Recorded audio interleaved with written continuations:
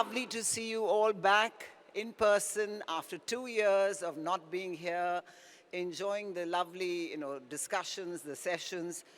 We're delighted to welcome you all to the 9th JLF London at the British Library, supported by Haldirams. It's our pleasure today to present Mother's Boy, A Writer's Beginnings, Howard Jacobson in conversation with Alexandra Pringle. Booker Prize-winning writer Howard Jacobson illuminates the course of his life, the beginnings, as well as the twists and turns that led to his becoming a writer in the candid and poignant memoir, Mother's Boy, A Writer's Beginnings. In an exploration of the idea of belonging, being both English and Jewish, through the growing pains of childhood, bittersweet memories and experiences as an adult, Jacobson allows a precious window into the mind, motivations and craft of a writer. Jacobson discusses the journey of understanding oneself and becoming the writer you were meant to be, with British publishing legend Alexandra Pringle. This conversation will be followed by a Q&A session, and what I would like to share with you is that there will be book signing. Howard will be signing books at the book shop outside. So please, after the session is over, do find your way there. And while you're at the session, I want to remind you that you can get onto our social media handles. Please tweet and tag using @JLFLitFest and use the hashtag #JLFLondon2022 and #JLFLondon at British Library. Ladies and gentlemen, Mother's Boy, A Writer's Beginnings. Howard Jacobson in conversation with Alexandra Pringle.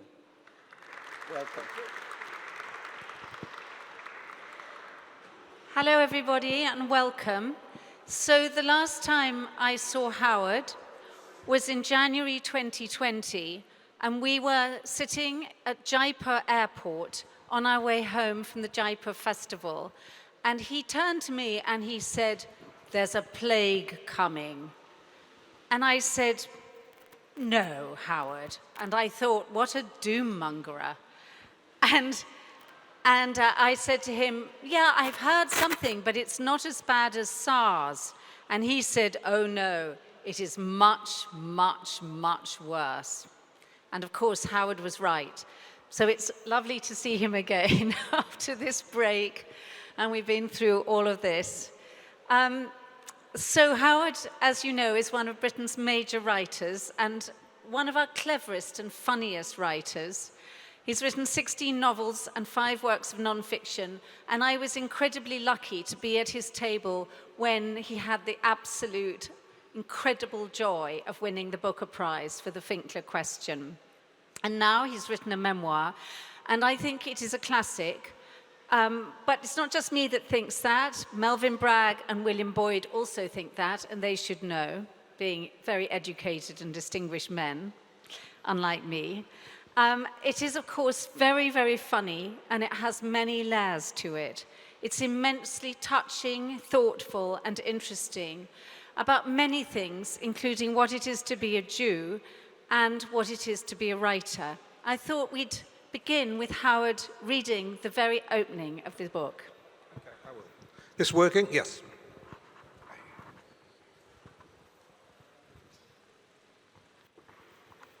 My mother died today. It is the 3rd of May, 2020. She is 97 years old. I have had premonitions of her dying for the last 70 of those years, on occasions hearing her calling my name in the night.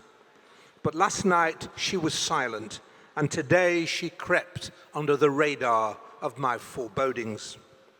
Many are succumbing to COVID-19, but my mother hasn't died of any virus. 2 days ago, she complained of a bad pain in her head and fell almost immediately into unconsciousness. Quietly and unobtrusively, she drifts out of this world altogether. This was always her chosen way of going, without fuss or notice.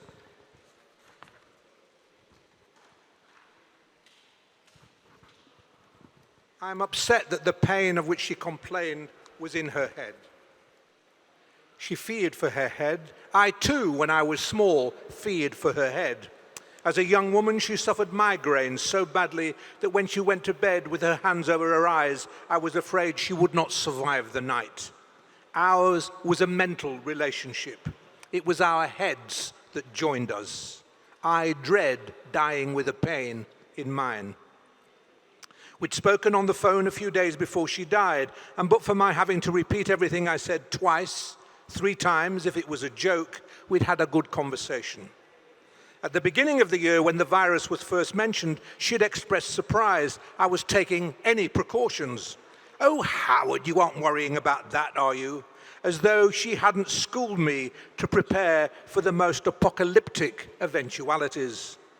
The day I left home to go to university, she'd reminded me to take enough toilet paper.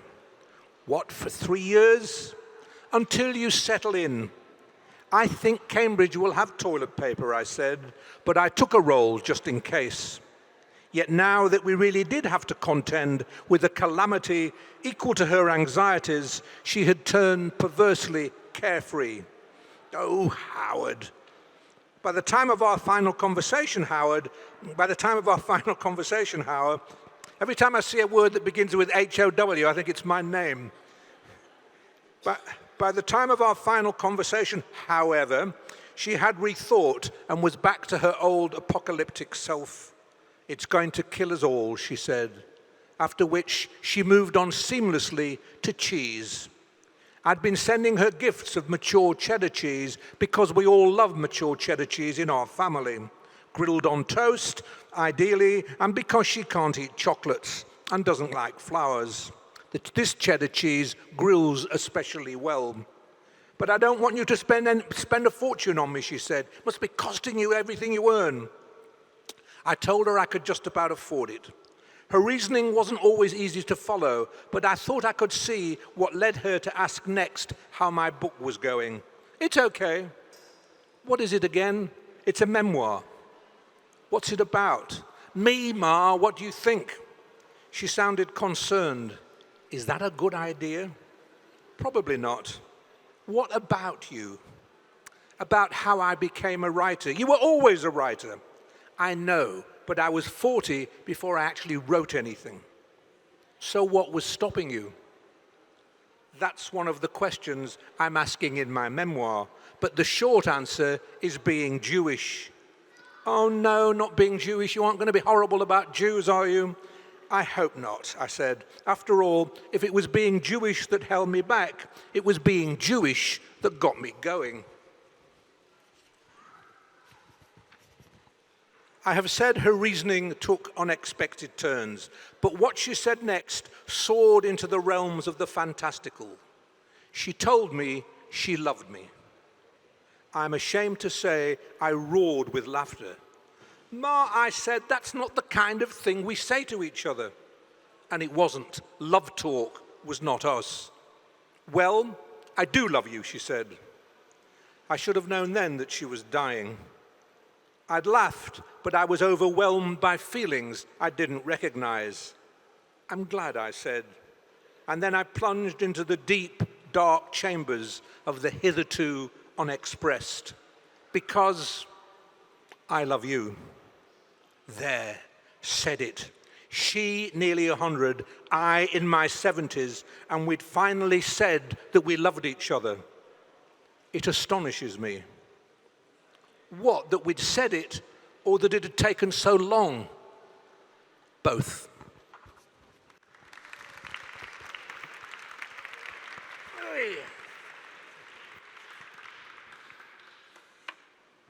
There's a lot of love in your book, particularly love for women, I think. And there are 3 women that brought you up, your mother, your grandmother, and your Aunt Joyce. Yeah.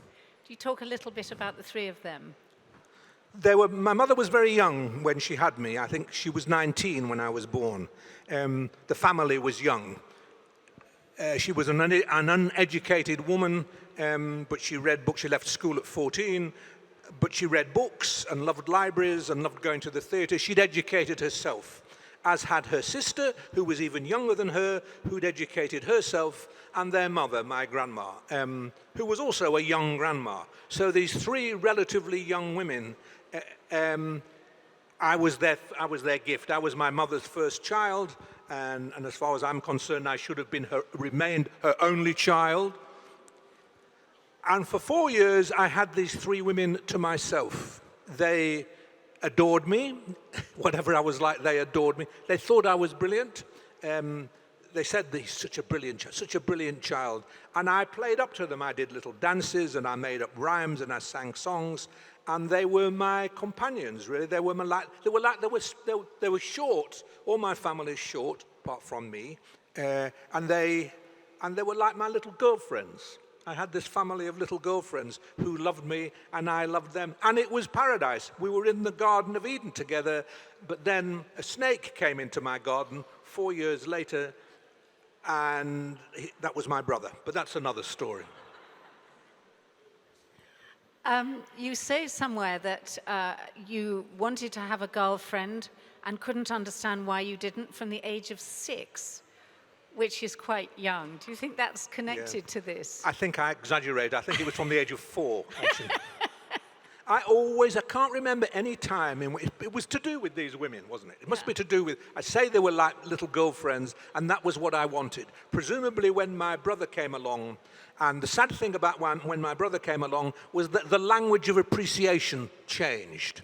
Where with me, the words that I'd always heard were brilliant, clever, smart, quick, funny. A new vocabulary that I'd never heard turned up. Beautiful, sweet, gorgeous, lovely.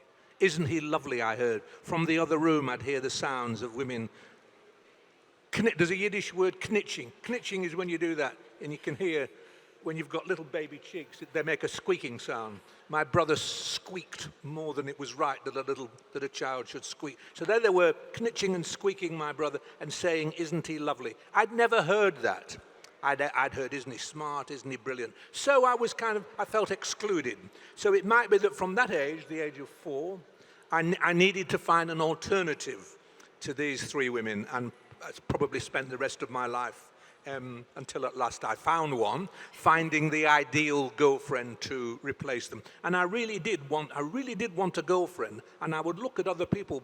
When we went on holiday, I ruined my parents' holidays because I was miserable all the time because I didn't like being on my own.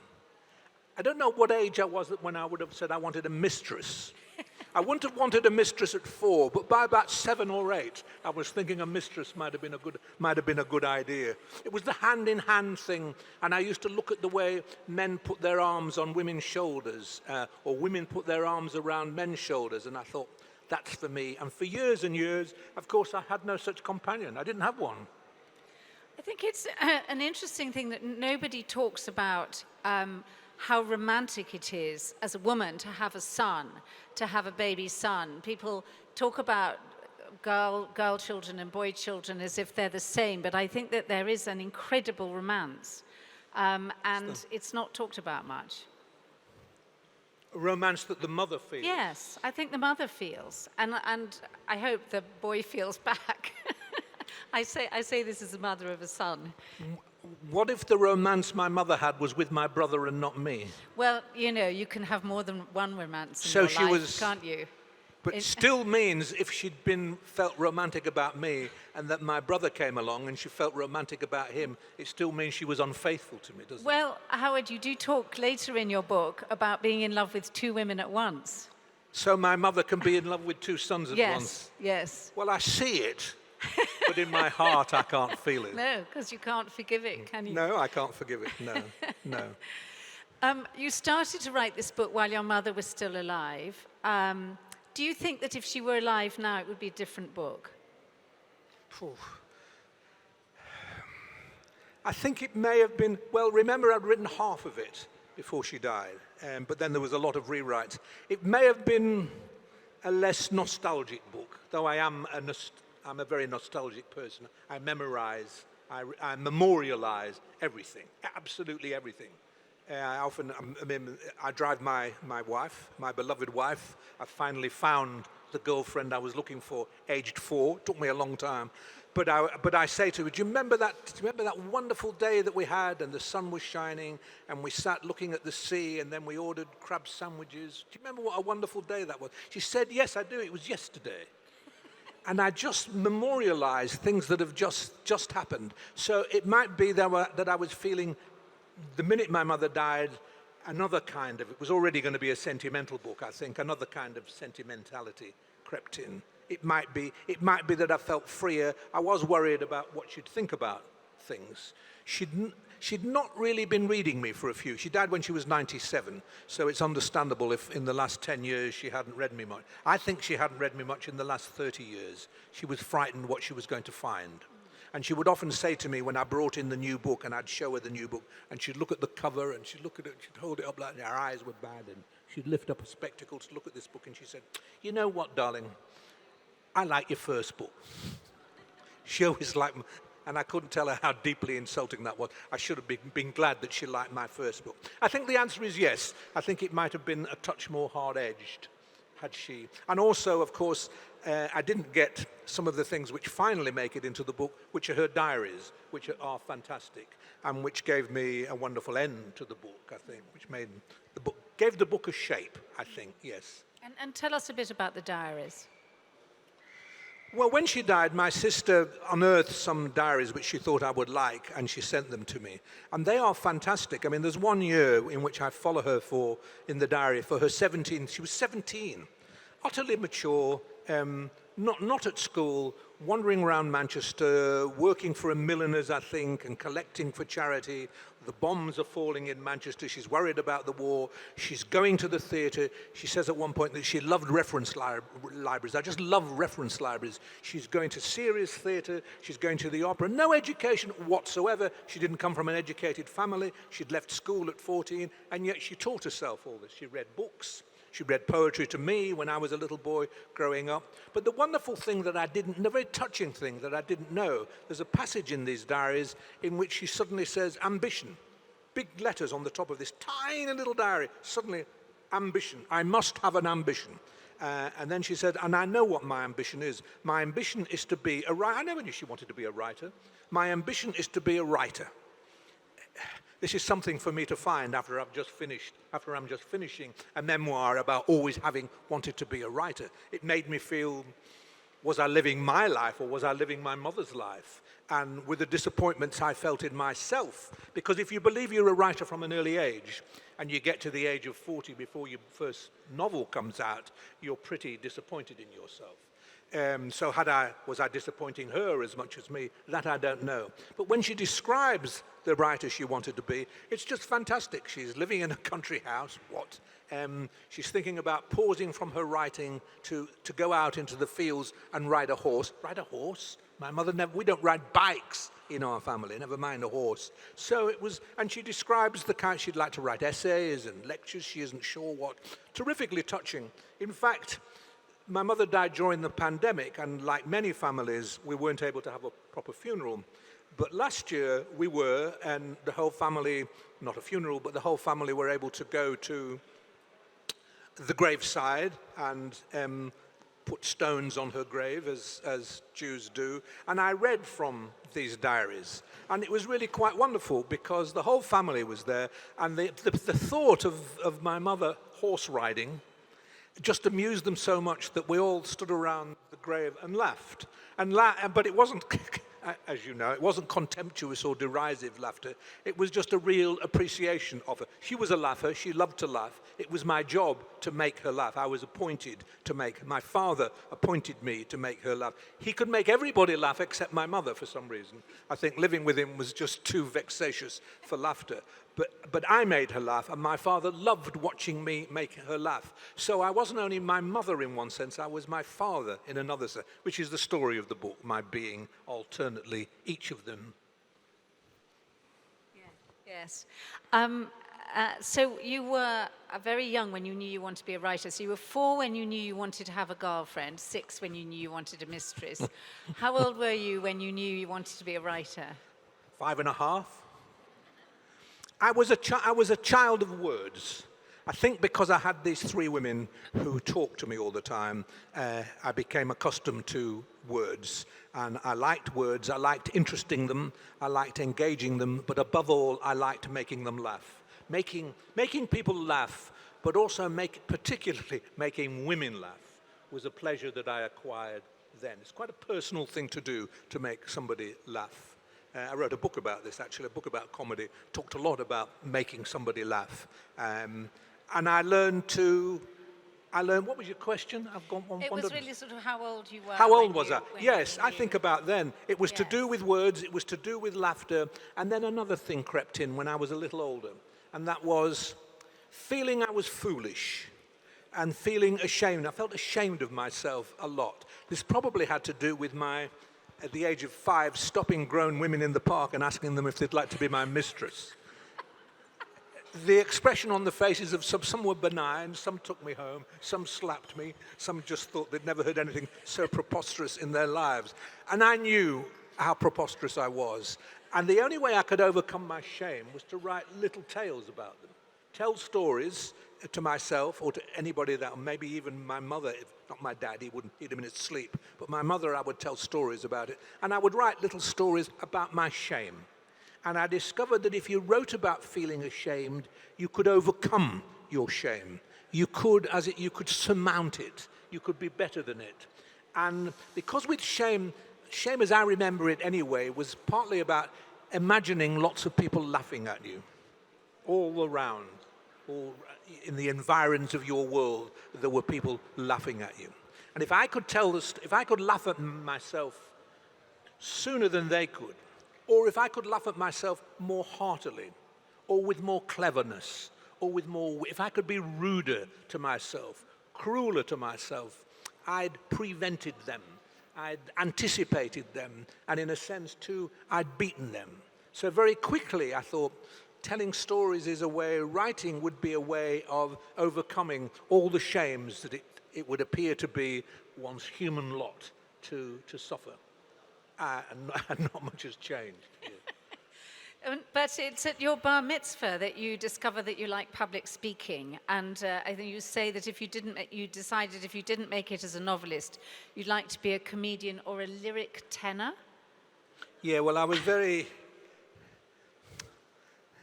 a very sentimental boy, so of course I very quickly got onto the kind of music that moved me, which was light operetta, some opera, but I always liked the tenor parts. So all the famous stuff that we love Pavarotti singing, it wasn't Pavarotti in those days, I've even forgotten the names, but the most popular was Mario Lanza. And Mario Lanza was Mario Lanza was not quite opera. Mario Lanza was a very interesting, his whole story has interested me, Mario Lanza, because he could have been a great opera singer, but Hollywood got him because he was handsome-ish. And that was the end of him as an opera singer. And the whole opera world scorned Mario Lanza. But Pavarotti didn't, and Placido Domingo didn't. And they all said they learned a lot from Mario Lanza. Well, there I was, almost before them, if you like, in love with Mario Lanza. So I used to play Mario Lanza on my LPs of Mario Lanza in my room. And I thought, I'd love to be able to do that. And for a little while, I thought I could do that, because I don't know whether you ever practiced singing, powerful operatic singing in the shower. There's something about the water and the shower and the blissfulness of it and the steam that convinces you sound fantastic. I was absolutely convinced that if I'd have gone on stage that nobody would have known it wasn't Mario Lanza. And it was only when I went to parties and decided to give people a sample of my Mario Lanza, and I saw the look on people's faces, that I realized how far short of Mario Lanza I was. But I dreamed of being somebody like that. I like the whole Mario Lanza story. I saw me as being like that. He could have been a great opera singer, but he went to Hollywood and gave it all away for money and fame and women. And that would be my story, and I kind of quite fancied that. But there was also a more serious part, in that I did love, and still do love, the music that makes me cry. It doesn't have to be soupy Italian opera. It can be Bach will do it, and Schubert will do it. And that was what I liked listening to as a boy. And This was when I'm 12 or 13 by now. And the family do start to worry a bit that I'm locked away in my room. And instead of hearing pop music, instead of hearing Bill Haley coming out of my room, they hear all this mournful stuff. And when they come into my room to see what's going on, they see on my walls photographs of George Eliot, Jane Austen, D.H. Lawrence and Henry James, and no pictures of footballers. They really did feel they had a problematic child on their hands. Well, I can see that. But it seems to me that it's also very connected to your Jewish heart. You do a lot of crying, don't you?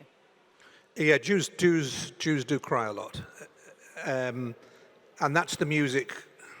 We moved off my bar mitzvah very quickly. I must have got lost in something or other. But yes, I mean, Hasidic music, the wailing and the crying and that sense that you are intrinsic to Judaism, really, certainly modern Judaism, is the idea that you're calling to a God who doesn't answer. Because there's nobody there. We have no image. This is partly what's fantastic about Judaism, I think. It's an idea. There is no picture. We have no Jesus. We have no prophet. We only have this idea of a God, and we want him to answer our prayers, and we want the Messiah to come. And although some would say the Messiah did come, but that's not what Jews say. That's what the Jews who became Christians say. So you're always longing for somebody to come who doesn't. So it's heartbreak, really. There is at the center of Judaism, we'll put it this way, Judaism is shot through with the melancholy of yearning. There was a very schmaltzy Jewish tenor called Leo Fuld, who people listened to in the 50s. And he sang these very schmaltzy Jewish songs about where do I go? I could almost break out. Every road is closed to me. Tell me, where can I go? To the east, to the west, there's nowhere I could go. And I loved that. I was the wandering Jew, aged, whatever that was, 13. And there was nowhere I could go. Yeah. And you had to go to school, and you hated school. You went to grammar school, and you then went to Cambridge University. In fact, you say in your book, I don't want to talk about school or university. I didn't enjoy either. That's an understatement. I was utterly miserable at the first and hated the second. Why were you miserable at school? I was just a miserable kid. I mean, you think what I'm describing. I've been waiting for a mistress for 8 years. She hasn't come. I'm waiting for a God to answer my prayers. He doesn't. I'm listening to schmaltzy music on my record player at home at night. I am a pretty miserable kid. I'm ashamed of myself all the time. I got to be very shy, which isn't surprising after this lot. I felt very out of place. I was caught up in this strange battle between my parents, in that my father was a very confident, outward-going, powerful man with a lot of personality, and people loved my father. He was out in the world and people loved him. My mother was much shyer, much quieter. The 17-year-old in her diary vanished. I've often wondered about that. I think the minute she became a mother, she became much more quiet and abashed and introverted herself. And I'd become in this battle between them, I'd somehow drifted to my mother's side, and I was my mother. So I was shy all the time. I was always red and flushing and blushing and not liking things. And people always said, why the long face, Howard? Why the long face? My father hit me. I never forget coming away from some family do, and as we reached our house, my father went like that, bang. I said, what's that for? He said, you showed me up. I said, how did I show you up? You and your long face. People kept coming up and saying, why has he got such a long face? And I could have said, that's because you keep hitting me, Father. If I'd had a lesson at long face, he might have missed. But that's what it was, really. It was a mixture of all these things. And sometimes maybe there's no explanation in the end for why someone is just a miserable little stinker, really. I was a miserable little kid. No fun. I was no fun for anyone to be near. And I knew I disappointed my father, who it wasn't that he wanted me to be a sportsman, and I was no sportsman. So I hated sports at school. This was something else about school. And my mother, God bless her, gave me a note to excuse me from all games. and Jim, and I had a note in my back pocket for the whole time I was at school. And every year or two, I used to get her to refresh it, to put it on a new piece of, and it was bilious. Howard's got very sorry. Howard has a bilious attack and cannot do games today. And the teacher would joss me and say, how many bilious attacks can you have? And I said, I have one every week, sir. And he'd say, well, what, but how come it always coincides with games? And I'd say, perfectly reasonable, it's because fear of games makes me bilious, sir. And they had no answer. They had no answer to that. So I was just miserable all the time. I did one thing that could have saved it. I played table tennis. I became a seriously good table tennis player. Wrote a novel about it once called The Mighty Walzer. And I had dreams that table tennis would make my fortune. Table tennis I'd become a world champion. I was very good. I'd never have become a world champion, but I was a junior player, and I played for Lancashire and for Manchester, and I was ranked about number 9 in England. I never made it for England junior, but I was good. The school never mentioned me. The school refused to take table tennis seriously. It's not a sport, they said. I'd go to the gym teacher and say, every morning you'll mention people at school assembly who've done that. Somebody from a 5th football team has just almost scored a goal and you mention it. And I'm winning cups. I've got cups. I had pictures of me with cups and you won't mention it. Said it's not a real sport. So I was furious about it. It was a real sport. I had a tracksuit. I trained like a boxer. I skipped. And I dreamed that maybe table tennis would be the saving of me, that I'd become a great table tennis player, make a fortune, and beautiful women would throw themselves at me.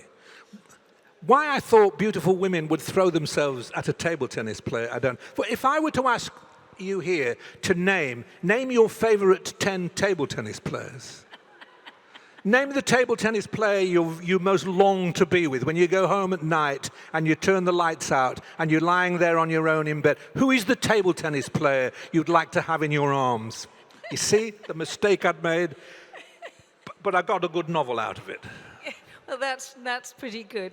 I think we should talk a little bit about your father, because he was a man of so many parts. So this is the list of all the things he did. He was an upholsterer, a tailor, a manufacturer of coffee tables, a magician, a taxi driver, and a balloonist. Not a balloonist that goes up with a balloon, but somebody who twists balloons around and makes animals out of them. Tell us about your relationship with your father. I was aware from the start that I was a disappointment to my father. I could tell the way he looked at me. Just something about the way he looked at me. This was not quite what he had in mind. I was not masculinist enough. I wasn't enough of a good sport. That was what he wanted. He wanted a good sport. The most horrible things would happen when we went on holiday, because we would go on holiday to terrible holiday camps and things. And at holiday camps, they have competitions, like, the toughest boy, the naughtiest boy. And he would enter me into naughty boy competitions, and I had to look like a ruffian. Couldn't look like a ruffian. So my father would rough me up. He'd put some coal dust on my face and mess up my hair and put a cap on and twist my cap, and he'd go, put your fists out. Go like that. I've got photographs of me like that. Saddest things. He wanted me not to be a sportsman, but to be a sport. He wanted me to join in everything. When we went to a pantomime and somebody on the stage would say, okay, all the kids come up on stage now, my father would go on, up you go. No, I don't want to go. So I was consistently in flight from what my father wanted. He was a very social man. He loved company. Where my mother shrank from company, my father loved it. He was a very short man, very broad man. He was broader than he was tall, actually. He was Ukrainian. He could do those Ukrainian dances, the Kazatsky and things like that. He was a magician. You mentioned that. He did things like tearing telephone directories in half. And a Manchester telephone directory was like that thick. My father could tear them in half. He bent nails. If he were here now, he'd come up on the stage quietly while no one was noticing, get on his hands and knees and lift this chair by one leg. with me in it, with one hand. He was very strong, and he loved doing things like that. And he was a very popular man. He was a market man for a while who was a kind of auctioneer and stood on the back of his lorry and sold things, making jokes to a public. He just was. Then he was a taxi driver. When he was a taxi driver, he was known as the Godfather. The Godfather of Manchester was my father, and that was because you didn't start. If anything needed sorting out, my father sorted it out. And he had me for a son. Yes, but you did a bit of trading yourself. You ran market stalls. Yeah, but nothing. I was what was called a stummer, meaning I just stood by the stall and just waited for someone to come by. My father stood on the back of his lot, built up a stall every morning when he went to work on the markets, build a stall on the back of the lorry, and then stand there and auction things off. It was a whole patter. It was a whole theatrical routine, talking about the goods, talking about what he sold, getting a huge audience, big audiences, who just listened to him talk. And I was the stooge. I stood down below, and I had to take all the jokes. So he'd make jokes about me. I was called Charlie. He was called Cheap Johnny, and I was called Charlie. And why didn't I take the jokes in good part? Why didn't I join in? But I didn't. I just shrunk. And I'm so ashamed of myself when I think of it. And he was disappointed in me. He would have liked somebody a little bit more robust. He did find somebody more robust in the end, and that was my sister. My sister, who was 6 years younger than me, did the job. Finally, he had somebody who could, if anybody, my father fixed cars and did all that. But if anybody needed to fix a car and my father wasn't there, it was my sister who did it. My sister was the first or the second female taxi driver in Manchester. I'm not saying she was masculine. She isn't at all masculine. But she could just do it. She was competent. And my father loved her competence, whereas I was totally incompetent. And in terms of not joining in, of course, you go to Cambridge and you list all the things that you didn't do at Cambridge, like wearing a college scarf, toasting crumpets, dancing at a May ball. But you did have F.R. Leavis, and that was clearly a massive thing in your life. Yeah, I was taught by F.R. Leavis, which is a name which will mean something to the more literary of you and the older of you, and to others maybe not. But he was the literary critic of the time when I went, and I went to study with him. And the book that had encouraged me to go and study with him was called The Great Tradition, and it began aggressively and ironically with some line like, "The 5 great English novelists are." And I loved that. Yes, discrimination.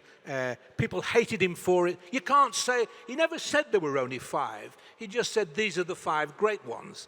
And it was clearly partly a tease. It was a provocation. He was austerely provocative. And I thought, I can learn from this. He's intolerant. I was intolerant. He was dismissive. I was dismissive. He was contemptuous. I was contemptuous. He was not at home in Cambridge, although he was the Cambridge star. I was not at home anywhere. So when I went to him, people thought, you're so lucky, Howard, to have come from Manchester and to have gone to Cambridge, and now you're out in the world. What they didn't know was that I'd gone to be taught by somebody who was less in the world even than I was. So I redoubled the whole business of being shy and awkward, because he was shy and awkward at Cambridge too. But he was a brilliant teacher. He talked about poetry with wonderful vividness and conviction.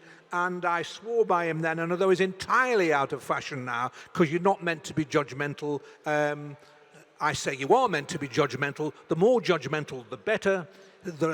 Some novelists are better than others, and you should say so, and I revere him to this day. But that was the reason I went to Cambridge, and as far as that was concerned, Cambridge worked for me. And but where the place that really brought you to life was Australia. You described that you were like a flower that opened. Yes, I was. I've never known the name of flowers, so I can't tell you what flower I was like. But I couldn't believe it. I'd come from, I was offered a job. God knows why I was offered a job, but I was offered a job, age 22, to lecture at Sydney University. How could I say no to that? So I hopped on a boat, as they say, and sailed to Sydney. And sailing to Sydney was the most magic. I could not believe my eyes when I sailed into Sydney Harbour. And there was this big golden thing in the sky, which I later learned was called the sun. I'd never seen the sun in Manchester or Cambridge. What's that? That's the sun. It was hot. There were people on the harbour in little boats waving the great big P&O liner in. For one moment, I thought they were welcoming me to Sydney. And for 3 years, I just loved it there. I thought people were handsome. I thought the women were ravishing. People got jokes. We could be rude. People were tough-skinned. People from Sydney were a little bit like the people from Manchester I'd grown up with, in that they were sardonic and clever, but that they were more outdoors. And I got to Sydney, and within a week I'd bought shorts. The only time I'd owned shorts before was for table tennis. These were walking shorts. I owned walking shorts. I had short-sleeved shirts. My hair was going golden in the sun. I had a tan. I was giving lectures, and the most wonderful thing happened. The minute I gave my first lecture, I switched like that in a moment from my mother to my father. I just became my father. Bang! That was that. My mother vanished. My mother fell away, and I was my father. I was for a moment, I was terrified. There was my first lecture. My first lecture was on Thomas Hardy, Tessa the D'Urbervilles, and I thought I'd go into a room and there'd be an audience a nice, healthy audience like you. There were 800 people there. And I looked out and I thought, can I deal with this? And then I thought, I could deal with it. The first thought was, if only I had a Manchester telephone directory here, I could rip it up.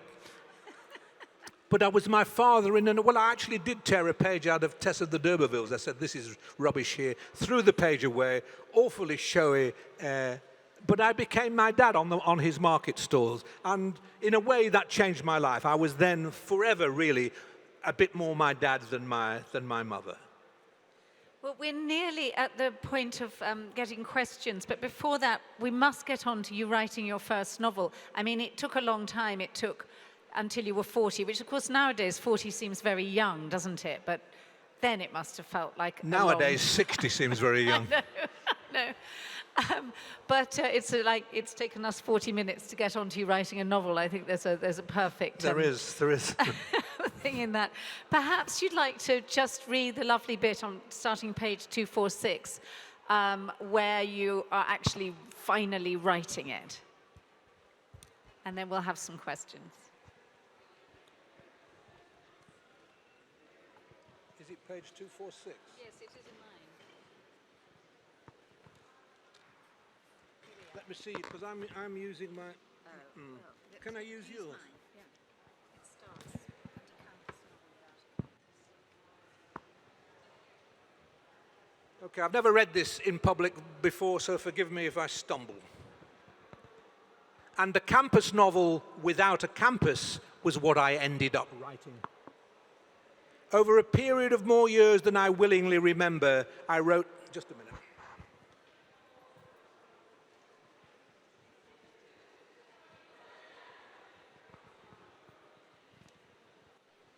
Over a period of more years than I willingly remember, I wrote 190 pages. Take what follows as an approximation.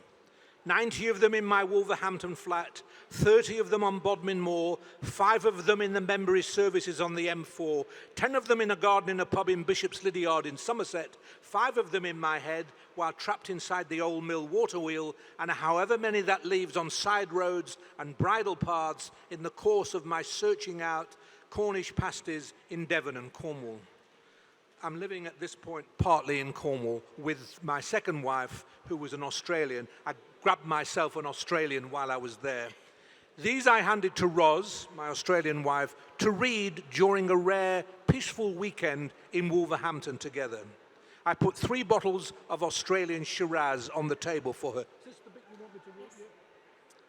You think 3 will do it, she said. I told her I could always nip out and get more. I didn't want to be there while she was reading anyway. When a friend of mine showed me something he'd written, and he wanted to see what I think, I told him not to be stupid. Just get on and read it, I said. Just get on and write it. Don't show people what you read. Don't show people what you write. Just get on and write. Well then, now here I am doing the same thing. So how to explain my showing 190 pages to my wife? This is, I've not really set this up well. This is a problem. I finally got round to writing 190 pages, and I'm showing it to my Australian wife, who's a very, very severe, sarcastic critic of everything that I do. Our marriage was one long, sometimes interesting battle. Desperation is the best explanation I can think of. I was getting too old to disappear down the rabbit hole of delusion. I needed my long bottled up words to be looked at. And if they were no good, I needed to be told they were no good. And then this bit. Let me just say it. Let me say it, because I think it's too hard to set it up. Sorry. So I gave her 199 pages of the novel to read. I'd written it while not talking to her. I'd written it after we'd been on we got married for a reason I can't now remember. She was Australian. Her passport had expired. For her to stay in the country, and she wasn't sure she wanted to stay in the country, and I wasn't sure I wanted her to stay in the country, but we decided maybe she should stay in the country. So we got married so her passport would be all right. We then went on a honeymoon, which was the worst honeymoon any couple have ever had. We had a honeymoon in Paris and couldn't find anywhere to eat. On our final night, we walked 17 miles through Paris and couldn't find a restaurant. That one spoke no English, that one had the wrong food. We fought outside every restaurant. We finally got to a clip joint in Montmartre where a violinist came up and said, "Do you have any favorite music?" And my Australian wife said, "Yes, do you know the Dead March?" And that was our honeymoon. We came back, we didn't speak. I decided that this is now nothing left for me. I'll never be a happy man. All I can do now is write the novel. So in secret, hiding in a corner of our bedroom, I wrote 190 pages. And then these I showed to her. And she sat and read them quietly. "Don't watch me read," she said, "just stay in another room." I listened from another room to try and hear her laughing. There was no sign of laughter. I stopped her in the middle and said, "Why aren't you laughing?" She said, "It's because it's not funny." In fact, she was Australian, so she said it was not effing funny. I said, "Go on reading anyway, just go on reading it." She went on reading it. I kept feeding her bottles of wine. She was Australian. She drank a lot. She drank a lot of wine. She finally got to the end of the novel. I could stand it no more, and I said, "Well," she said, "Come here." I did what I was told. I came there. She pointed to the last page but one of the novel, and she said, "It starts there." I said, "Why? What is it that makes it start there?" She said, "You're the novelist, you decide." Got up, walked out. Strangely enough, while this could have been the end of the marriage, and I suppose it was the beginning of the end of the marriage, though this was one of those marriages that ended the day it began. It had an end built into it. But this really was finally the end of the marriage, though we did stay about another 4 years together. She did see this novel be published and a couple more, but she was actually right. She had spotted something. To this day, I don't know what she spotted on that last page of the manuscript, but I trusted her as a critic. I didn't trust her as a wife, but I trusted her as a critic. I threw those 189 pages or however away and started again from that last page, and I got a novel. So I have a lot to thank her for. Wherever you are, she's in Australia now, wherever you are, thank you very much. That's wonderful. Okay, are there any questions? Is there a microphone? Yes, there's a microphone there, so stick your hand up. There's one here. Do you want me to stand up? Be a stand-up comic. I am a stand-up comic. Hello, my name is Anushri, and I have a question. When you talk about yourself, a writer's journey, a lot of the times is how they think about themselves and how they see the world. You talk about yourself in the past, how you saw yourself as a kid, how you saw the world. How do you see yourself now? Well, it's funny you should say that, because I said to my wife only the other week, I did an event a couple of nights ago, and they sent photographs of it. And I said to my wife, "Do I really look like that?" Because I'm sort of shocked at how old I look. And I'm only saying that because this is not me trying to get you to say, "Oh, you don't look so old, Howard," though you can say that if you want to say that. But it's because I don't recognize what I look like. And not recognizing what you look like means you don't properly recognize what you've come. I am sort of in a state of, I'm stunned to be the age I am. I don't know how it happened. I don't know how I've got to where I am. I don't know why I look the way I look. I don't recognize whatever you see when you look at me, that's not who I am. So you're actually not talking to me. Who it is you are talking to, I don't know. It's a mysterious business. Well, it's a mysterious business being a human being, but being a human being, being an aging human being, is very, very peculiar. I find it weird. It upsets me, and it means I cast back over the books I've written, and I'm starting to do that terrible thing, which my wife is not letting me do, but I'm in danger of doing it, which is that thing that a disappointed person does. And I'm now starting to think, that could have been better, that could have been better, that could have been better. These are supposed to be the years when you sit back and go, fat and happy and contented in your armchair, sitting in the dying sun, looking at the sky and saying, what's that? Where you're supposed to sit there and enjoy yourself, and I can't. So it looks like the critical me, that always dissatisfied me, that's the only part of me that still is. I am unrecognizable to myself apart from my dissatisfactions. Well, you did ask.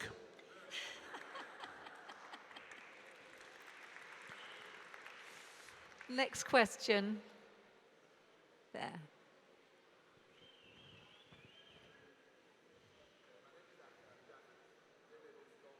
I can't hear you.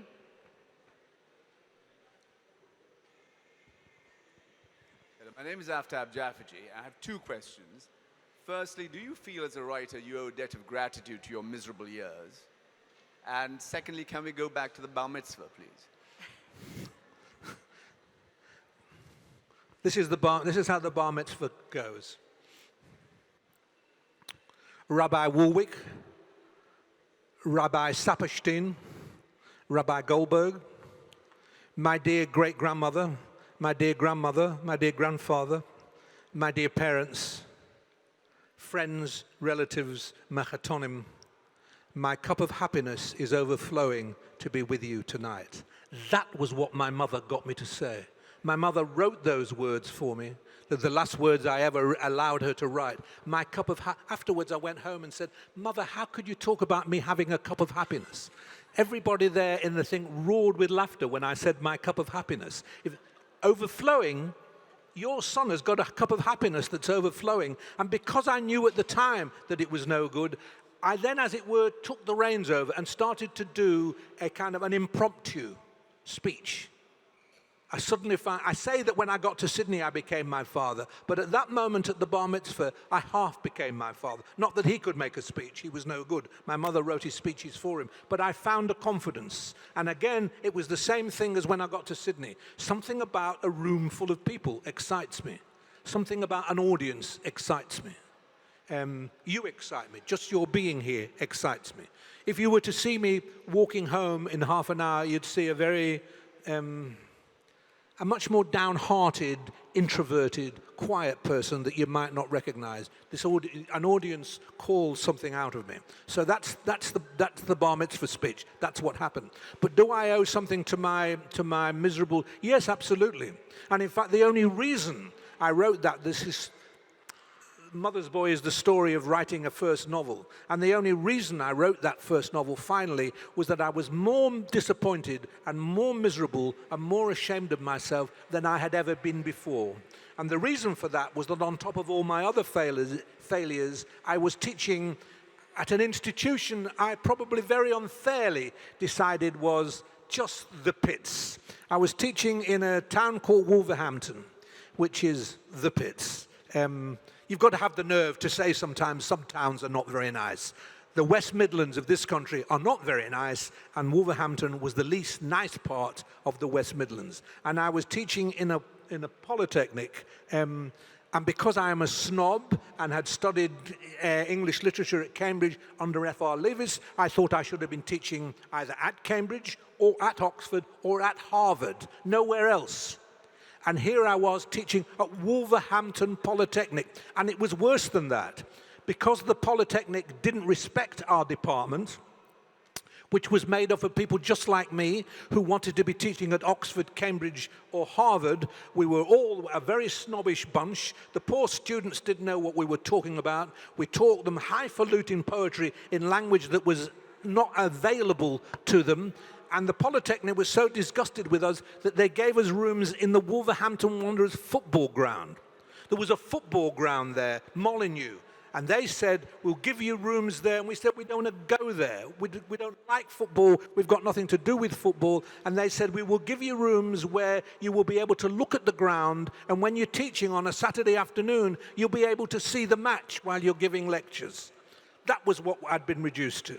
And when finally I woke up one morning, after this terrible honeymoon that I told you about, at the end of not a happy marriage, and the first thing I woke up to see was an unhappy wife. The second thing I woke up to see was the dreary dark of Wolverhampton. And the third thing I woke to see was my diary in which my classes were listed at Wolverhampton Polytechnic football ground. And I thought, in every regard, my life is not just miserable, it's shameful, it's humiliating, it's pathetic. And I thought, there's nothing else I can do now but write a novel about it. So I wrote a campus novel. It didn't even have a campus, Wolverhampton. It was a campus novel without a campus. I'm amazed, really. I never thought anybody would publish it or like it or anything, but it seemed that when it came out, you need a bit of luck. It seemed that when it came out in 1983, the public wanted the most miserable, humiliated novel that had ever been written. And I was the lucky one. You see, luck will come to you in the end. I was the one that gave a miserable country what it wanted.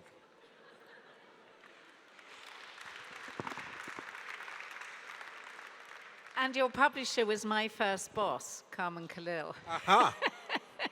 Do we want to talk about this? Well, we could. This is the elephant in the room. Should we talk about the elephant in the room? Let's talk about the elephant in the room. I sold the manuscript of this novel to two lovely men. One was called, neither of whom, alas, is alive now. One was called Jeremy Lewis, a well-known publisher, and the other was the poet D.J. Enright. They were running this publishing firm, Chatterton Windus. They liked the manuscript of this novel, and they bought it. 6 months into their having bought it, not published yet, in comes to Chatterton Windus to take it over a very, very famous publisher, your mate, Carmen Khalil. Carmen Khalil, who'd started Virago. Did she start Virago or did you start Virago? She started Virago. But you ran it together. I was the fourth person to join. I was what was known as the shit worker there when I joined, yeah. And I ended up as editorial director. Well, you survived. I'm the only person that ever survived Carmen. So Carmen comes in, and publishers never like authors that they've inherited. But a publisher that moves to a new publishing house likes to bring in their own. But Carmen had inherited me. And she took one look at the manuscript, which was full of... It wasn't a sexy... I'm not capable of sexism. As you've heard, I love women. All I ever wanted was a woman to be my mistress. How could I be a sexist? It's not possible. But there were references to, there were references to women. There were references to parts of women's bodies. I talked about this one having beautiful arms. I talked about that one having lovely fingers. One woman I described as having beautiful ankles.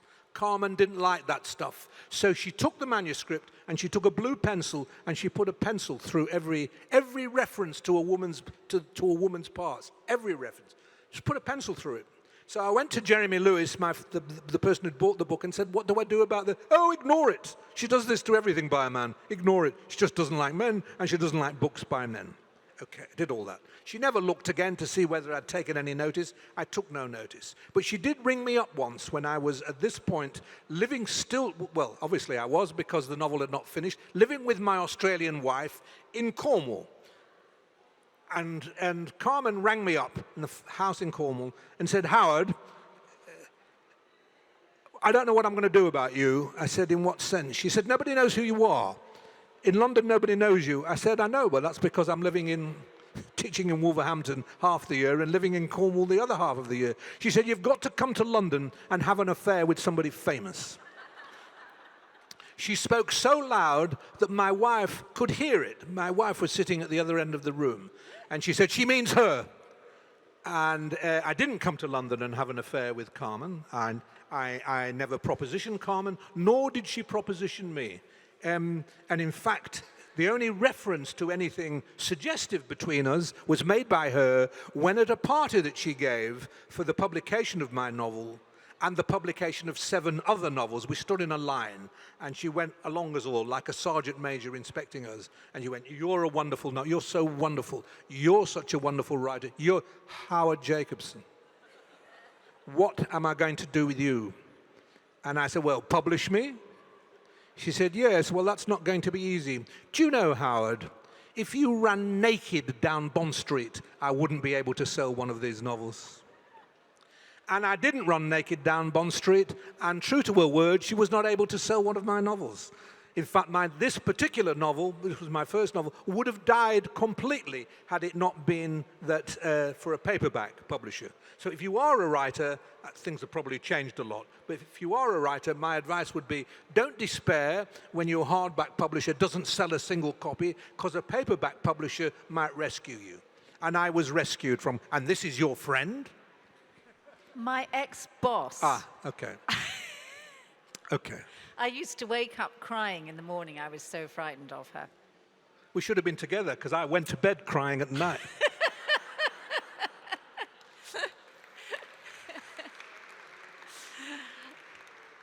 Sadly, I think we're out of time, but you can all see what a completely ravishing book this is. So go and buy a copy, get Howard to sign it, and you can cherish it. Thank you so much, Howard. That was wonderful. Thank you.